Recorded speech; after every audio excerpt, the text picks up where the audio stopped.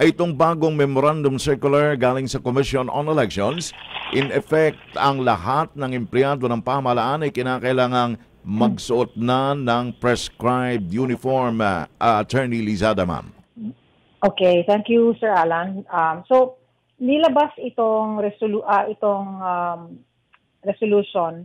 Actually, it covers the revised dress code for government officials and employees. At isang parte dyan ay yung hong sinasabi ninyo. So, just a little backgrounder. Opo. Sa ASEAN po, there are 11 countries. Part po tayo niyan. Brunei, Cambodia, Indonesia, Laos, Malaysia, Myanmar, Philippines, Singapore, Thailand, and Vietnam.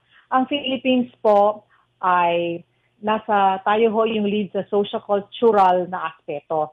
And because of this, meron ho tayong Presidential Proclamation 282 na nagsasabi po dito na that DFA, DepEd, DILG, DOT, DTI, and Commission on Higher Education are enjoined to initiate and implement programs and activities to help generate awareness and public support in promoting the observance of ASEAN month. So, out of that proclamation, lumabas po ang Office of ASEAN Affairs ng DFA po under ASEC Juniver Mahilum West.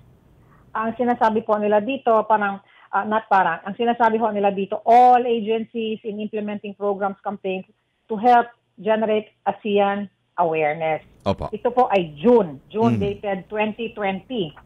So, ang CSC lumabas po ng Memorandum Circular number 13 and sinasabi po dito, among others, observance of ASEAN Month and promotion of ASEAN awareness. Opo.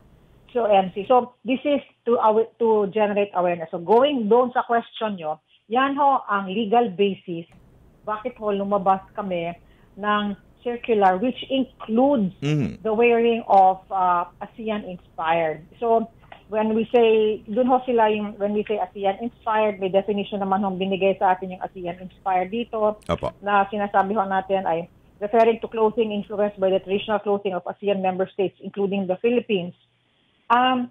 Yung sinasabi ho dito is more on to generate awareness, sir. So, we are not saying you all must wear full regalia ng kimono pati jo. Ang atin lang po, pwede ho tayo yung mga accents natin, like alam niyo yung mga tubaw na lay if you are from Mindanao. If you are from Region 1, yung mga for the Luzon part, may mga habi, may mga ganyan iba-ibang klaseng tela. We're not saying you wear your complete regalia. You can still wear your uniform but putting accents po. So at least we will be able to comply doon sa role ho natin on a bigger scope doon sa ASEAN, sir.